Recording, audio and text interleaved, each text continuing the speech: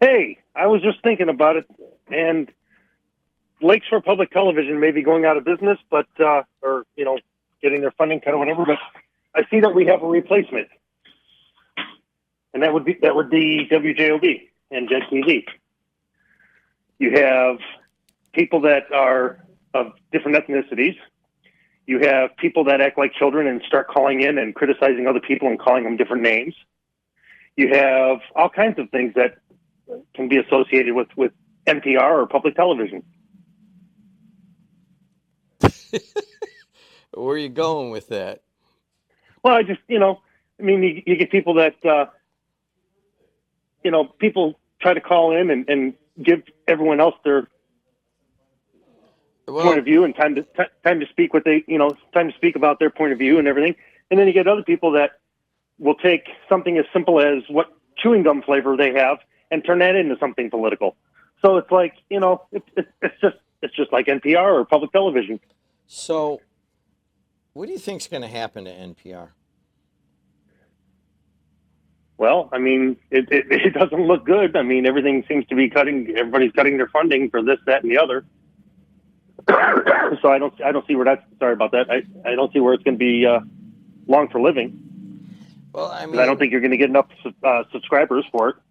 Yeah, I mean, it's a tough game when you are basically relying on donations and governmental support. And it's kind of hard to operate really cheaply and efficiently at low enough rates so that you can continue to broadcast. And they're facing that. And I just feel bad for them because I think there's a place for NPR and public television. Would we take up some of those roles? No. We do what we do for 101 years. And I want you to understand this, Cimino. What I'm doing right now, some other dude was doing 50 years ago or 100 years ago. Okay? And it really hasn't changed. I learned it from Julian Colby, and I'm teaching it to a number of people, including you, by just being here. And I wouldn't want to have to, do what they are charged with doing and that kind of programming. We do what we do, and that's it. Now, if it resembles NPR or public radio at times, maybe it does. If it resembles, kind of angry political talk radio, it does. But we got our own niche, and you know that. Another thing I want to say is I want to give you credit for keeping your composure earlier. I was about a half hour to 45 minutes behind on listening to the program this morning. And but thanks to JED TV, I was able to still, catch up on everything. When one of the callers was calling in and talking about your wife, and I from what I've heard on the radio from your wife and from what your stepson has said about her and what you've talked about and other people have said about her, she's really a lovely person. And I give you credit for not caving into dialogue pertaining to the childish antics of somebody bringing up your wife. Thank you. Yeah, it's that doesn't need to happen.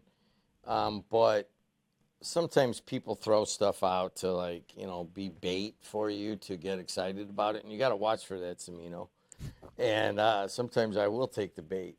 But on that one, I just didn't feel like doing it. Part of it is look how beautiful of a day it is out right now, It's so nice outside. It's so nice outside. What are you going to do? You going to go to the fireworks? Well, I'm going to be walking in the parade tonight for the Highland Twilight Parade with Jason Gore, who's running for sheriff. And then obviously I'll be in the parade tomorrow. And then hopefully I'll see some fireworks tomorrow night if I'm not too, exhausted from the heat. All right, hold on. Since we're talking about the parades, you're talking about the Crown Point Parade tomorrow, right? I was talking about the Hobart Parade. Oh, Hobart Parade. Hobart Parade. Yeah. All right. Well, what's gonna happen is I'm gonna finish, and you're gonna come back, and for the last segment, is that you're gonna tell everybody where the parades and the fireworks are. And the Times has it. I already talked to them. They put together a really nice list of it, and then you're going to do that without me because I want to go home and eat. Hey, man, thanks for calling. Thanks for everything you do, okay? All right, happy 4th. All right, man. 219-845-1100. I want to say one thing before we start. If you guys ever wonder, since we're saying nice things about Jed right now, if you guys are ever wondering why everyone in the studio backs Jed to a T all the time, it's because he does stuff like this. He got me some birthday cupcakes. Shout out to Mont as well, because he brought them to me. But Jed sent the text, and it was a really nice thing. So thank you to Mont. Thank you to you. So if you guys are wondering why we back this man all the time, it's because he's got our back, so we got his. All right, hold on a second. What kind of do you want one? Cupcakes? Do you want one? There's chocolate and vanilla. They're like 4th of July frosting. Okay. Well, it looks pretty cool, honestly. Yeah. Mont knows this very well, that I can't eat those because they have gluten in them. Believe it or not. So probably got him so that you couldn't get it. I don't want to say this too loudly, but I love Mont. We're good friends, okay? But for him to bring that for you and to get me nothing. All right, let's go on. Keep a couple going. Hey, you're on the air. How are you? Hey, got a mulligan. Oh, you really got people going this morning.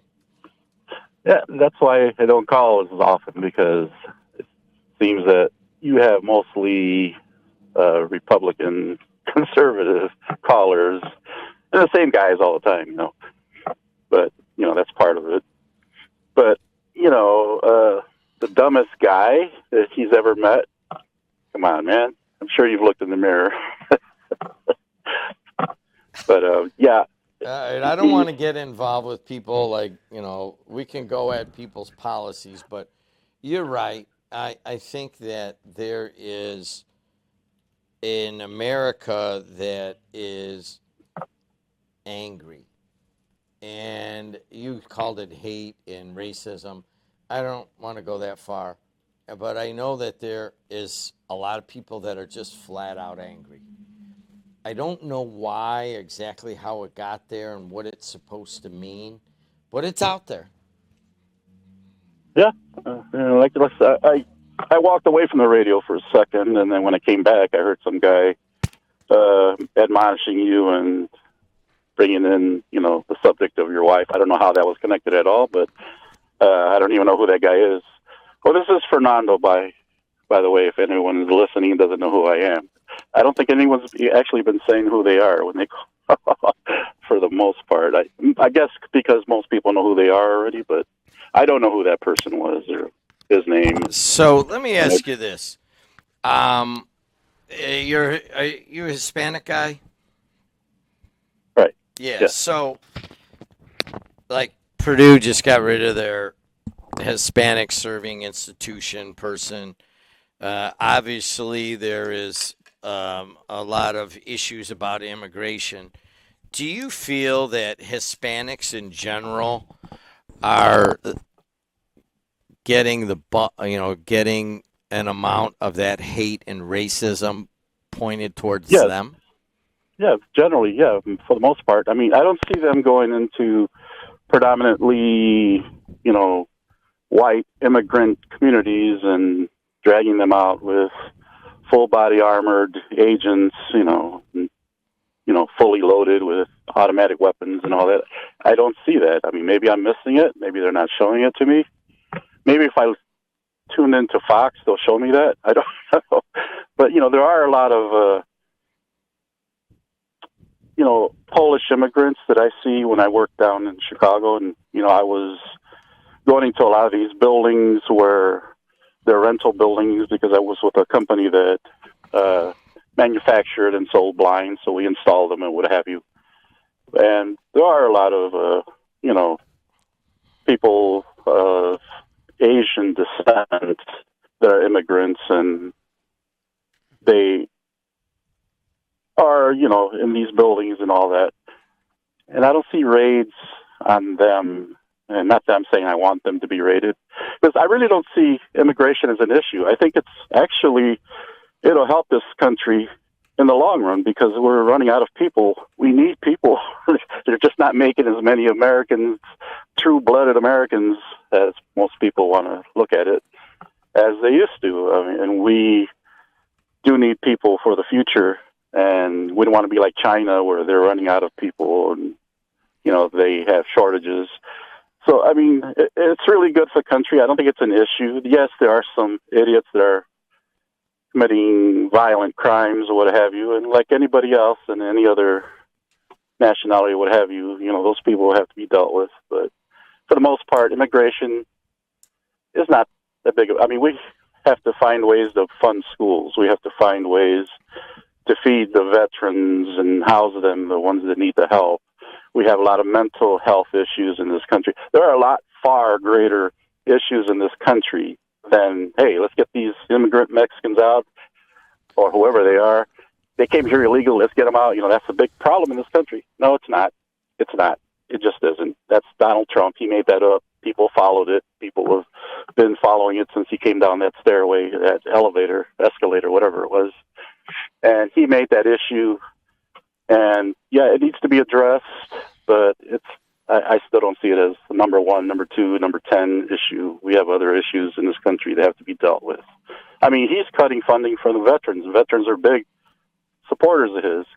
He's making it harder for people to get insurance. He's cutting Medicaid $1 billion, whatever. And that's the thing. And I had all these callers call in. Oh, you know, I have a Hispanic neighbor. Look how I treat him, real good. Okay, that's kind of like I used to hear. Okay, I'm not a racist. I have black friends, or I have Mexicans, or whatever. Okay, you know, that kind of sounds like that. You know, you can't support a guy like this and say you want everyone to get along and be nice to each other and just be civil and whatever when you're supporting this guy. I mean, I don't like a lot of Republicans, but, you know, some of them are at least somewhat, you know, palatable. But this guy never has been his whole life. His whole life's been a lie. His whole life's been hate. His whole life's been racism. And if you look, and all of you that are listening, go and read about this guy. Go, you know, don't read just one source. Go 3 or 4 sources from the 70s, the 80s, the 90s, and see what his behavior is. See what he's always lashing out about. And you will see that it's mainly against brown people that he's worst off. I mean, when there's mass shootings, he never said anything about it. But let a jogger in New York get raped and assaulted, you know, and that was bad. But, you know, when they arrested the 4 or 5 people, I think 4 were black, 1 was a Puerto Rican. Oh, he wanted their lives. He put out a full-page ad, the New York Times, you know, let's kill them or whatever. They need to die or whatever. And then when they were not the people that actually did it, after all, he still was calling for their lives. And yet, all these other people that are not of a dark color that do things like that or worse or far worse, silence. So this is his heart. So when you guys want to say play nice, let's all get along, you know, I'm a Republican, you know, I got friends that are Hispanic, and look at this guy, he worked his way up, whatever. I hear you. I understand all that. But all I'm saying is you're following a con man, a racist, hateful person. And anything he does is because of that. All right. Hey, thank you for your phone call. I appreciate it. 219-845-1100. Let's take one more. Hey, you're on the air. How are you? Good. How are you? Thanks for taking my call. Your previous caller now just mentioned Medicare, Medicaid, and that's my main concern. Well, not main concern, but what's been troubling me in the last couple of weeks, and it hasn't been out in the media, some forensic CPAs have somehow or another backtracked. We keep hearing about fraud and all this alleged fraud. I guess they tracked back over, this is the tip of the iceberg, I'm afraid, over $50 million of funds that were taken from Medicare, Medicaid, and they traced it back to our new friends and in Russia, an entity, and it's very troubling. Do you know anything about that, Jed? I know that the fraud, waste, and abuse is kind of a buzzword right now. Oh yeah, there's waste in your garbage every day. Everybody's got waste. And the that certainly needs to be addressed in the Medicaid and Medicare systems. Is it to the point of what is being thrown around as like I don't know that much about how much fraud, waste, and abuse. I think the statistics have come out and put it at a very low percentage.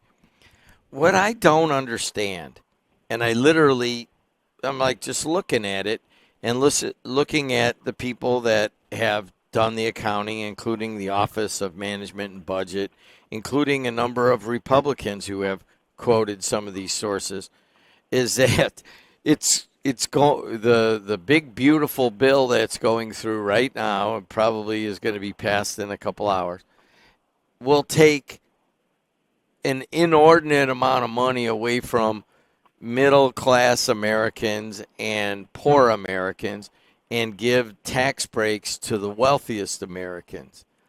And I don't understand how people that are like me, working Americans, that are okay with that. I just don't get it. Sounds awful selfish. I don't get it. I don't get it either. When is enough enough? When is enough enough? I don't get it. Well, there you go. Numbers don't lie. I guess 1% of our population now has 30% of the wealth. When is enough enough? I don't get it. Well, that's America, and you and I have been talking about this for years, and I said, why is it that we glorify wealth and glorify inequality and wealth inequality, and that's okay? I'm like, I just never got that, and that's not a political statement. That is just a religious statement, if anything. You know what I mean? Well, I was just going to say that. That's not very Christian, is it? Well, that's where we're at, man. Hypocrisy, my friend. Hey, man, thanks a lot for calling in. Talk to you. Take care.